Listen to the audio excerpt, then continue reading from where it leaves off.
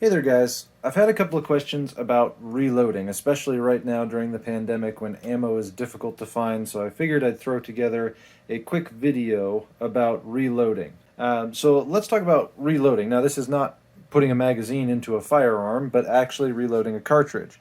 So for example, here is a 300 Blackout cartridge.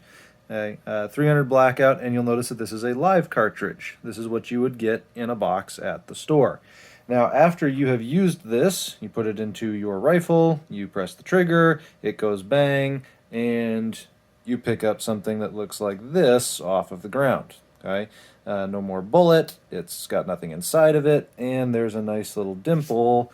Get that to focus. Come on, there we go. Little dimple on the primer there.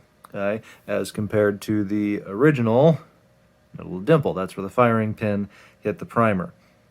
Okay, so what many people don't know is that you can actually replace all of the pieces of the cartridge using this case kind of as your starting point in order to get back to this. So I'm going to use this 300 Blackout cartridge today, and we're going to walk through the different steps of reloading the cartridge. Real quick, just a review, 4 parts to a cartridge. So 4 parts to a cartridge. You have your bullet, which many people have been calling freedom seeds in order to avoid YouTube's censorship. You have the case, which is the brass portion that actually holds everything together. The primer, which is that dot. Come on, focus camera. The primer on the back, okay, that's actually the charge that kind of gets the whole process of ignition started. And then inside the case is the powder. Now, the primer, the powder, and the projectile are all gone, okay? All gone as soon as you have used this cartridge. So all that you're left with is the case. Okay?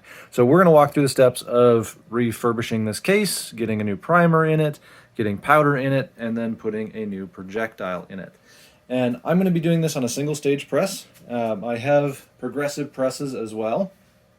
But we're going to be using this Lee single stage just so I can walk through each of the steps and show you guys each of the pieces. A progressive press does all of these different stages at once. So every time you pull the lever, a different case is in each of those different stages, having that stage done to it, and you end up with a live round after each pull of the lever. This one lets me show you guys each of the steps individually. So this is just a Lee, I forget the name, if it's a Lee Pro or whatever their single stage press is. It's like 30 bucks. It's like the cheapest press that you can get. I use it just for cartridges that either I can't load on my progressive press or when I want to do a single stage. But anyway, it's not the press that I would necessarily recommend, but it is a press that does the job. So 300 Blackout, we're going to start with an empty case. Now the first thing that we need to do with this empty case is pop out that spent primer and resize it. When the cartridge actually is fired inside of the chamber, the pressure from that is going to expand the brass to fill that chamber. As you're extracting it, it might lengthen the case a little bit. So the dimensions of this case are not exactly what they need to be for our loaded ammunition. So this is a depriming or decapping and resizing die. And it's essentially going to take that case, okay, and pop out the spent primer and resize everything. And so you'll notice now that there is a hole where that primer used to be. The primer is now sitting inside of the primer capture area on the press. But now this is deprimed and resized. So now the dimensions of this case are accurate to what they need to be in order to fit into the chamber of the firearm. So I'm going to do a few of these real quick. And with a single stage press, typically you do one stage at a time, and you do a lot of cases at that one stage. So let's go ahead and get, there we go, that out. And you can kind of feel the pin will reach that firing pin, and then it kind of squishes it out of that primer pocket. But we're resizing the cases and popping out the primers. I should mention that there is a little bit of case prep before you get to this step. So when you pick up brass off the ground at the range, it's typically fairly dirty, especially if it's an outdoor range, especially if it's been raining and there's mud everywhere. Your cases will be pretty dirty, and you will want to clean them. Most people are going to use a tumbler with a corncob media, and that will, you let it tumble for several hours, and that'll kind of get all of the dirt and grime off of it. You can use a brass polisher to get the brass a little bit shiny. Makes it nice and easy. Then with these necked cartridges, and most rifle cartridges, you're going to end up having a steel die for the resizing, and so you need a case lube. I use Hornaday's One Shot, which is just a nice spray-on lube, and that eases it into the die a little bit nicer, keeps the die lasting longer. If you don't use case lube, you'll know. You'll know what the problems are when you try and reload without it. You'll get streaks on the side of the case. You'll get a whole bunch of brass buildup inside of the die. It will not look nice. So once they're tumbled, they're clean, then it's just a matter of doing the resizing and the depriming. All right.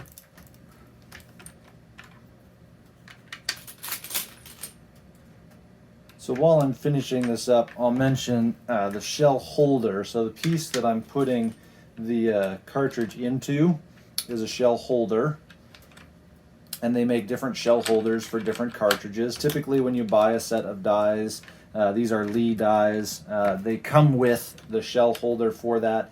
If you have a progressive press, you'll have to get the multi-cartridge shell holder for that particular press, which can make it kind of a pain if you move from one press to another, or if you want to get into a new caliber, you may have to buy also a shell holder, which can be expensive, but again, not too bad. The single stage ones typically come with the set of dies. So the 300 blackout dies that I bought for this one came with a number 4 shell holder from Lee, which is the size for 300 blackout, as well as a 223. For those who aren't familiar, the 300 blackout is based on a 223 Remington cartridge. And I think also you can use 380. 380 has similar dimensions on the head.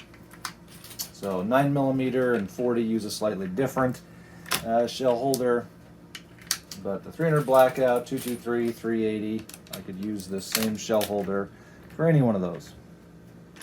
Oops.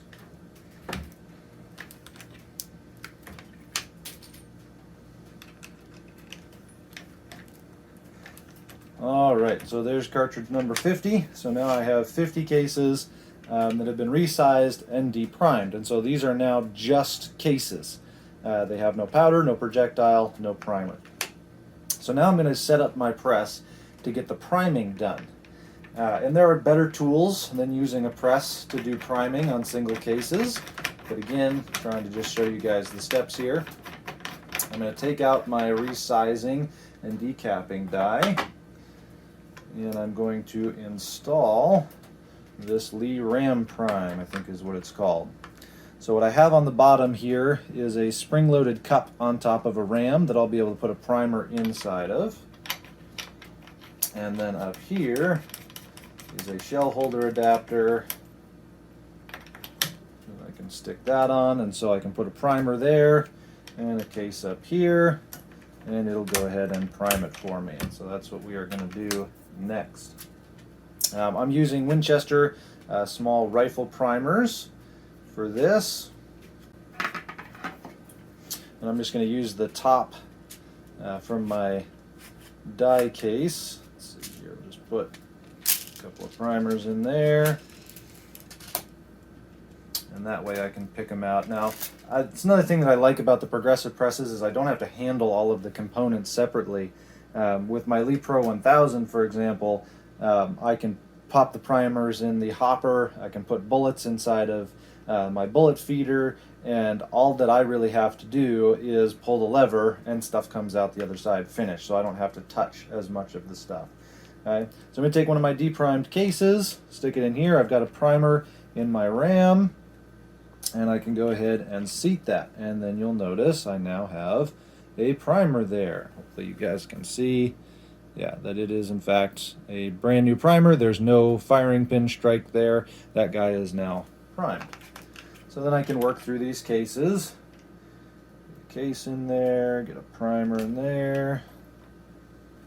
So if you're thinking about reloading right now due to the current climate, ammo prices being a buck around no matter what cartridge you're looking for, a word of caution. Right now reloading components are difficult to find. The presses and the dies themselves can be hard to find, or they're a little bit more expensive.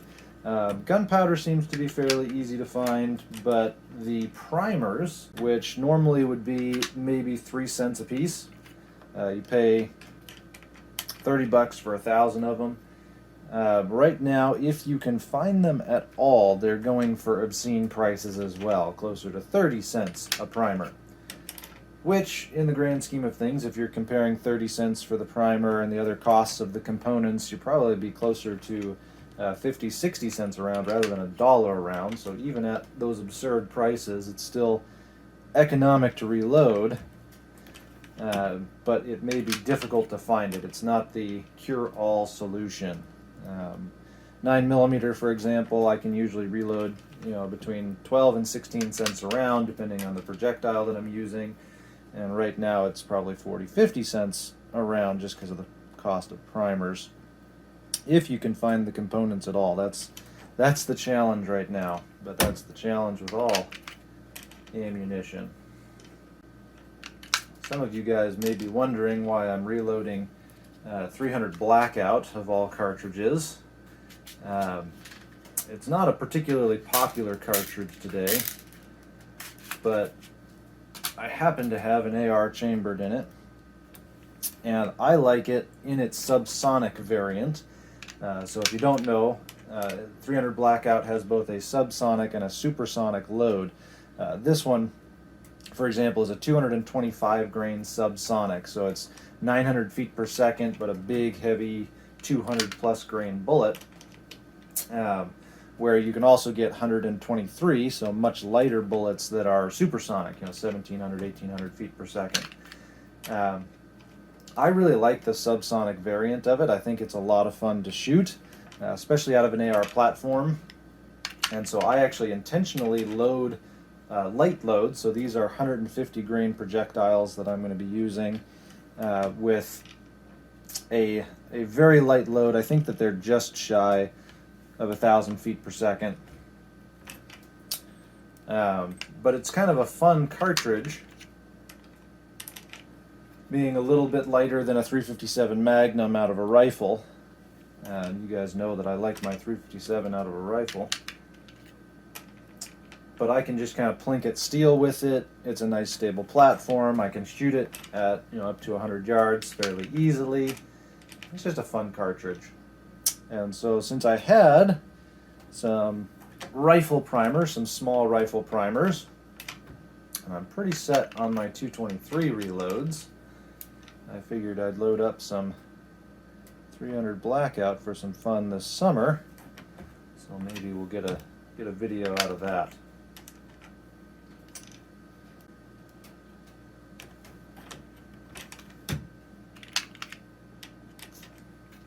The tray that I'm using off to the side here is actually a 9mm tray. So I just grabbed it so that I could hold these cases a little bit easier. Again, I rarely use this press for doing lots of rounds at once. 50 is kind of like the most that I'll ever do at once on this, where I'll load 300 to 500 on the progressive press kind of all at once. So I grabbed this tray just so that I can kind of keep the brass organized and whatnot. But a 9mm tray works pretty nice for 223 and 300 Blackout.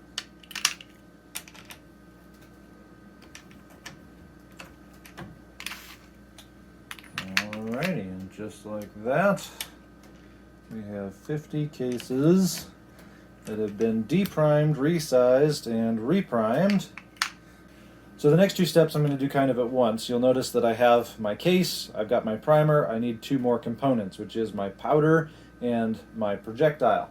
The powder that I'm using is a Hodgon, however you say that weird word that has a DGD in the middle of it, H110, which is a very fast powder designed, not specifically for 300 Blackout. It's designed for pistol cartridges, but it works really well in 300 Blackout. So I'm going to be using that powder. And then I picked up a long time ago some Hornaday projectiles. So these are 150 grain full metal jacket boat tails. I like the boat tail, not necessarily because of the accuracy that you get out of it, but it makes it easier to reload with it. So I've got my powder measure set up to give me an 11 grain charge of powder. It's volumetric, so it's not perfect, but it will give me an 11 grain charge of powder, which is just enough to get these projectiles downrange accurately and cycle the action on the AR, but it keeps it subsonic low energy just for a little bit of fun. So before I get started with that, I do need to swap out my press to be the bullet seating die. I'm going to take this ram prime off of here, put my shell plate back down on the bottom, and then I'm going to get my bullet seating die down here, and I have a factory loaded cartridge here, which I'm going to use real quick just to get my dimensions correct. This is kind of cheating, but it works. So I can get this guy down. It should be pretty close to exactly where it is. So I'm going to lock that in place. Back that guy off just a hair. Yes, and then that guy can go right on down on top, and that should give me the right dimensions. And I'll check that with a caliper when I've loaded one of these ones. But that's kind of a nice, easy way to set the die. You'll notice I had to adjust it because these are set up for my progressive press, and the stroke distance is a little bit different. But that should make it so that when I reach the bottom of my handle stroke, the length should be exactly right. All right, so I'm going to take my cartridge, I'm going to measure out my powder here. All right, got powder in there. Then I can take my projectile and kind of set that on top. Get that guy all lined up, and since this is my first one, okay, so that one looks just about right there. All right, so again, I'm trying to match that up with the gas checks there. That's not necessarily the right way to do it. You usually want to go with the correct overall length. Again, because I'm undercharging these, seating the bullet too deep is not a bad thing. Seating a bullet too deep in a normal cartridge would cause too much pressure buildup, but because I already know that I'm essentially making a 300 blackout minus rather than a plus P plus, so seating it a little bit deeper gives it a better hold in the cartridge so that I don't end up knocking bullets in or having those come out in the magazine. But I want to kind of line it up with that gas check for the crimping stage later. So I'm going to go ahead and leave that one just like that. And then we should be able to do the next one a little bit faster. So putting in my gunpowder, put in the projectile, let that one sit. And that one went a little deeper than I wanted it to, but that one will be okay. So just to give you an idea of how far in these projectiles are going, you'll notice that most of the flat part of the cartridge is going to be, the flat part of the projectile is going to be inside the cartridge, just inside the neck there. And that's exactly what I want. It'll give it some good support. It'll hold that projectile in there nicely. Okay. And I'm visually checking, making sure that there is powder in each. That's one of the biggest risks with reloading, is if you don't make sure that there is powder in each cartridge, you will undoubtedly end up with what's called a squib load, which is a cartridge that either doesn't have enough powder or doesn't have any powder in it at all. The primer itself is enough to get most projectiles a couple inches down the barrel. Okay? And those couple inches down the barrel are oftentimes not enough to get it out the end of the barrel, and so you end up with a projectile that's lodged in your barrel. And depending on the type of firearm that you're using, the recoil system that it has, or if it's a revolver or a single shot, you may not know that there's a projectile sitting in your barrel, and you're going to load another round right behind it, and you're going to end up discharging that round right into the back of the previous round, and that's going to cause all sorts of problems. So if you get into reloading, you have to learn what the sound of a squib load is, the sound between a bang and a pop. A bang is what it normally sounds like. Right, that's your supersonic or your full pressure load leaving the barrel, and oftentimes you'll hear that projectile strike your target. A squib load will be a pop. You'll oftentimes feel a difference in the recoil. You'll hear a difference in the sound, and if you're shooting, and you'll often also notice just a difference in the color of the smoke coming out the end of the barrel, or the fact that it's not coming out the end of the barrel. Lots of indications, but if that happens, you got to stop. Don't try and send another one through the barrel to clear it out. Stop and make sure that that barrel is free of obstructions. Get a dowel rod and hammer out any cartridge or any projectile that gets stuck in that barrel. You really don't want to send another round right into the back of the other one, because that will it'll break everything. So as I mentioned before, progressive presses will do kind of all of these steps at once, and I'll throw in some video, I guess, right here of my Pro 1000 working, but you'll notice that there's 3 stages on a Pro 1000. The first stage is that resize and deprime stage, and so it's popping out the primers and resizing the brass. And then as it moves around, the next stage, actually on the downstroke on the Pro 1000, the downstroke is actually going to be the stroke that primes the new case. So as that cartridge is coming down, there's a primer underneath it, and it lands on that primer. Then on the upstroke, you're going to get the powder charge at the top of that second station, and the pistol cartridge cases also have an expanding component there, so it'll actually open up the case mouth a little bit, which makes the next step of seating the bullet just a little bit easier, especially if you have a bullet feed that's going to be placing those projectiles for you. So the third station, you'll notice that there's a projectile being set on top of the case, and as it goes up and in, that die is going to properly seat the depth as well as press the walls of the case in, crimping that projectile in place. And then it comes out, and so you'll notice with all of those, all those stations are kind of happening at once. So once you have all the stations populated, each and every pull of the lever is essentially producing a new completed cartridge and getting set up for the next one. And so with a progressive press, I mean, you can load hundreds of rounds in an hour, especially if you have all of the attachments and if the press is functioning smoothly.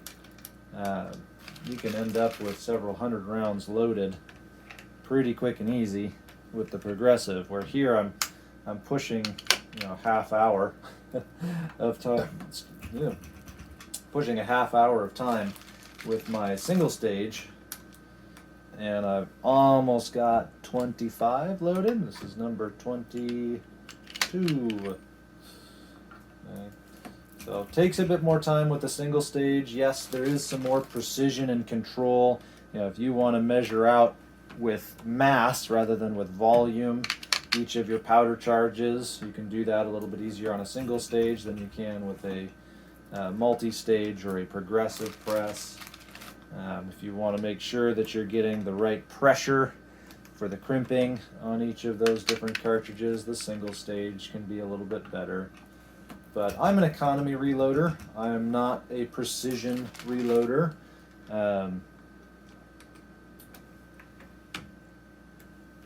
Texas Barn Dominiums. Who's the guy from Texas Barn Dominiums? Whoever the guy is from Texas Barn Dominiums. He has a really good set of videos on reloading for precision. and he's shooting at ranges that I really only dream of shooting at. Most of my stuff is, especially with a handgun, is sub 20 yards, and most of my rifle stuff is sub 200 yards. So I don't have to worry as much about the pinpoint accuracy that he's worrying about.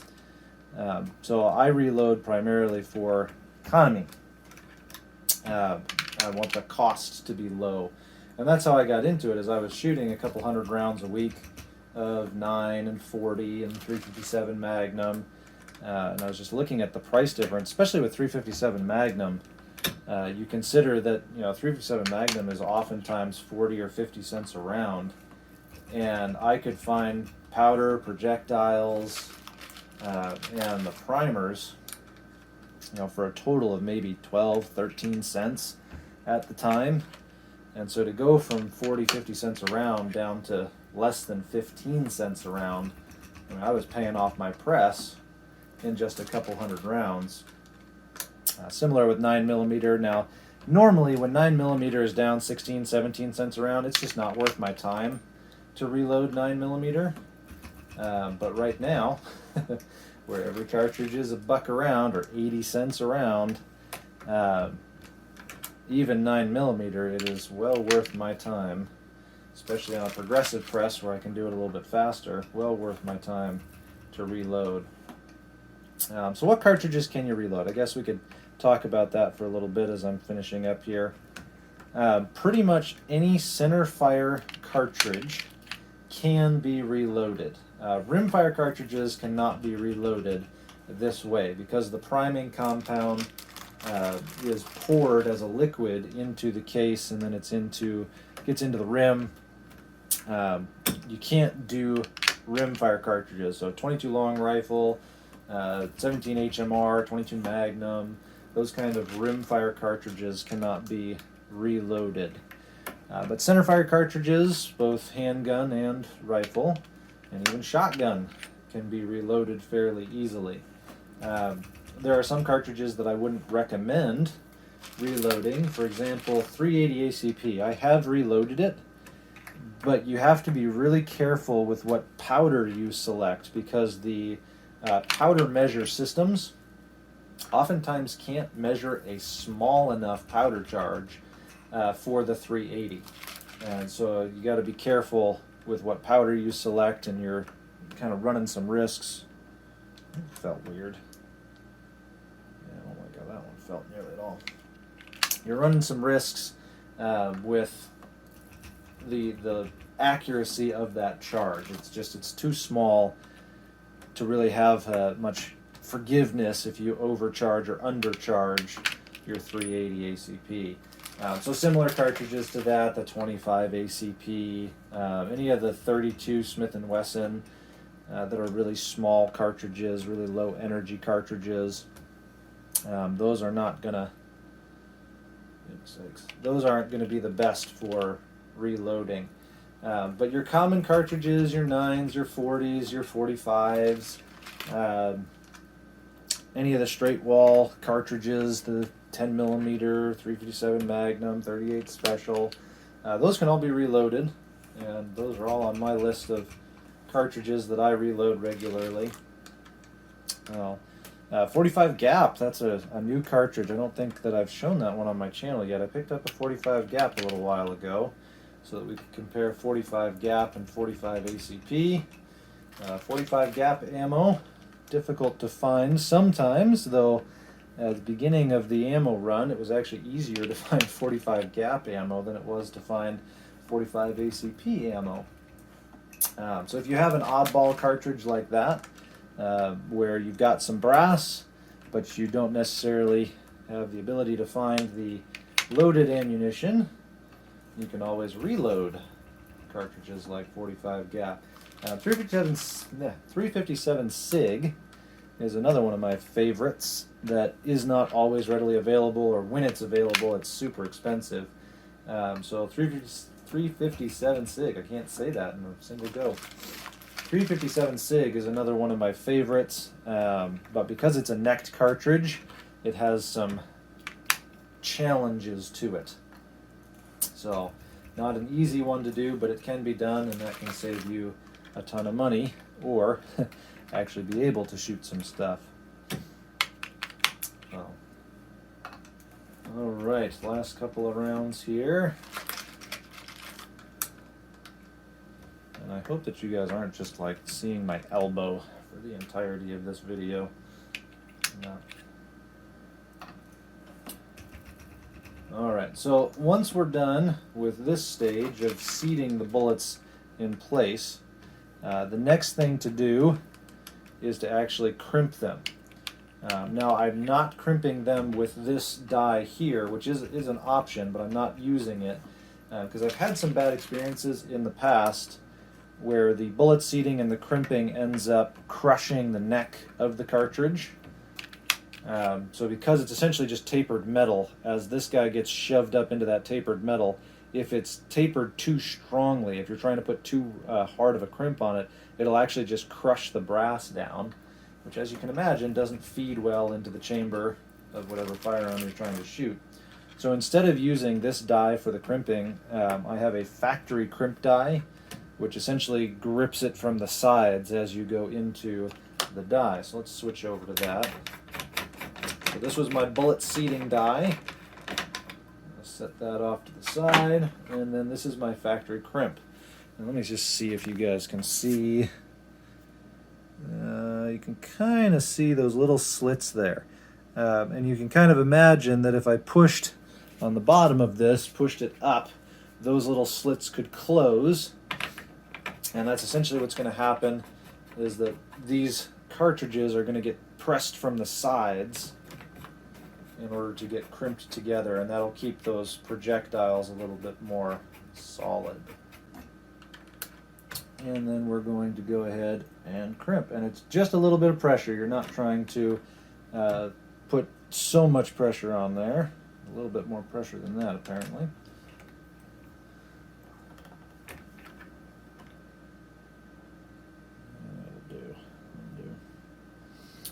Okay, so just a little bit of pressure on there to get that neck to kind of squeeze in onto that projectile.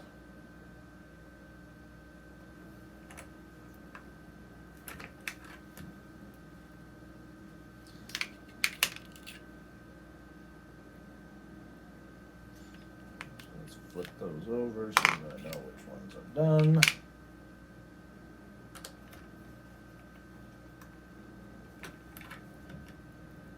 Alright, and so, we're getting those just crimped down. Again, not putting so much pressure on there that it flattens out that case, but enough that it's going to grab that bullet, that projectile, grabs that projectile, make sure that the projectile doesn't go anywhere. Now, on a cartridge like 300 Blackout, usually that neck, there's enough of the neck there to kind of keep the projectile stable. But if you don't have enough neck there to keep it stable, the factory crimp will give it just that little bit more tension and make sure that it's all good. Okay. So some of you may be wondering, what am I checking? I'm essentially making sure that I can't spin the bullet inside of that neck. If you can spin the bullet inside of that neck, it's either going to, if you can spin the bullet inside of that neck, it's either going to get pushed into the casing when your firearm is cycling, which is not a good thing, or depending on the recoil and whatnot, it may get pulled out. So you can imagine this thing seating into the chamber, and there's enough force there that this projectile would want to kind of keep moving all the way up to the rifling. Both those are bad. You don't want the projectile moving around while the cartridge is moving around. So I'm just checking real quick, and some of these, like this one here, there's no movement there, so we can just lightly crimp that one. We're good on that one. One or two of these I've actually been noticing that I can spin the bullet. I'll try and show you one. And usually what that means is I didn't put enough pressure when I was resizing it to get it to resize properly. Yeah, so this guy here, don't know if you'll be able to see that or not, but it's not gonna fall all the way in, and I can't quite pull it out, but it doesn't have the right neck tension on that.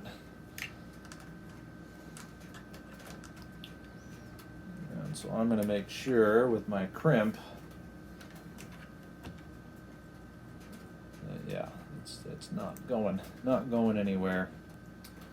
So as I finish this up, last thing to think about if you are reloading, it is good to have all these cartridges here that I've reloaded today in the same box, and then make sure that I label that box with the cartridge, the powder charge, the weight of the projectile, the primer that I used, and I like to date mine as well, in part because I reload a little bit here, a little bit there. Every once in a while, I make a mistake. And if I make a mistake, I go out to the range and I load up a magazine of something and all the rounds are bad. And I can figure out, hey, that was definitely my fault. Not a problem with the gun, it's just my bad. Then I can go back and I can essentially find all of the rounds that I loaded on a particular day that are going to be the same as the mistakes that I made on the other ones, and I can deal with that. I can get those out of my inventory and get them fixed up. Either pull them apart and redo the powder, or if they were seated too long or maybe not long enough, whatever the issue is, resolve that. But you've got to keep track of what your rounds are, because once it looks like this, I mean, I can't really tell the difference between these two. This is a factory loaded, this is the reload that I did today. This is a 225 grain projectile, this is a 150, and yeah, maybe if I were to weigh them on a scale, or really handle a lot of these and then handle some of those, I'd be able to tell the difference. But for the most part, it's really difficult for me to tell, is this a 150, is this a 165, a 168, a 200 grain? What is a powder charge? Is this a subsonic round or is this a supersonic round? If it's a subsonic round, I can shoot it at the steel plates in the pistol pits. But if it's a supersonic round, I had better not shoot that at the steel plates in the pistol pit, or that'll tear that plate up. So I want to document very carefully what my cartridges are, make sure that I have the right thing when I go to the range. So I don't want to make some mistakes there. So if you're thinking about getting into reloading, I would recommend the Lee reloading equipment. It is kind of the Toyota or the Honda, where Dylan is more your Lexus, your Mercedes-Benz. It's the cheap stuff. Sorry, I got interrupted there for a moment, but we were talking about Lee reloading. It's the cheap stuff. It's the economy reloading equipment. You can usually get like a Pro 1000, a Lee Pro 1000, set up for a single caliber for under $200. Which, if you're thinking that you're saving, let's say 20 cents a round, because that makes the math a little bit easier. 20 cents a round. How many rounds do you have to reload until you've broken even? In other words, you've gotten the press for free. 20 cents a round, 100 rounds saves you $20, $20, which means that 1,000 rounds will break you even at $200. So once you've reloaded 1,000 rounds on your press, the money that you saved by reloading covers the cost of your equipment. Now, of course, your time is valuable as well, so you'll have to factor that into the equation. But for me, my Pro 1000, I think I have replaced almost every part on it. I've had it for 10 or 11 years. Replaced a whole bunch. I've reloaded probably 100,000 rounds plus on it. And yeah, I mean, I've definitely gotten my money's worth out of a $200 press, even with replacement parts as stuff wore out and broke and whatnot. This guy, a nice little $30 press with a $30 set of dies. You're definitely going to be spending a lot more time in doing your reloading, but you can pay off $100 worth of equipment pretty quick with reloading. Progressive press, of course, less time in order to get that payoff. I also have a load all and a load master. So the load all is for shotgun shells, and I like that one. It does work pretty well. So if you want to do shotgun shells, the load all works. If you want to do more stages, so the difference between the load master and the Pro 1000, the load master is a 5-stage press. So you'll notice this factory crimp that I'm doing now on a 3-stage press, there wouldn't be a place. I'll look at that one later. There wouldn't be a place for me to do the factory crimp stage because my last one is the bullet seating, and I have to do the factory crimp after that. So with the Pro 1000, there's not enough places for the factory crimp. With the Loadmaster, I have an extra space. I can also do, for rifle cartridges, I can put an expanding die in the second position. So depriming and resizing, then expanding the case mouth, then charging it with powder, then seating the bullet, and then doing a factory crimp. And I can do that on the 5 stages of the Loadmaster. I'm not a big fan of the Loadmaster. I like my Pro 1000 better, but if you need the extra stations for some extra steps, you can always use that. So anyway, I hope that this has been kind of a fun introduction to reloading. You can see all the processes from depriming and resizing, repriming, sticking in some new powder, sticking in a projectile, and then crimping it on down so that we have some new cartridges. So just like that, that's $50 worth of 300 blackout that's all ready to go. And to give you some numbers, I mean, I bought these back when primers were still reasonable, so I'm 3 cents a primer. The brass I already all had. The amount of powder that I used, so I'm using maybe 2 cents worth of powder for each of these different cartridges. And then the projectiles are probably the most expensive part at probably 10 or 11 cents. So at shy of 15 cents, maybe 16 cents a round, I'm reloading 300 blackout, and I can customize it. As I said, these are going to be subsonic, but 150 grain. You can't buy factory subsonic 150 grain blackout because most people don't want it, but I can customize it, and I'm still reloading very economically. So I hope you enjoyed that. Feel free to throw in the comments if you'd like to see other cartridges reloaded, or if you have any questions, if something was unclear, I can make another video. But enjoy that, and have a fun time and a safe time out at the range.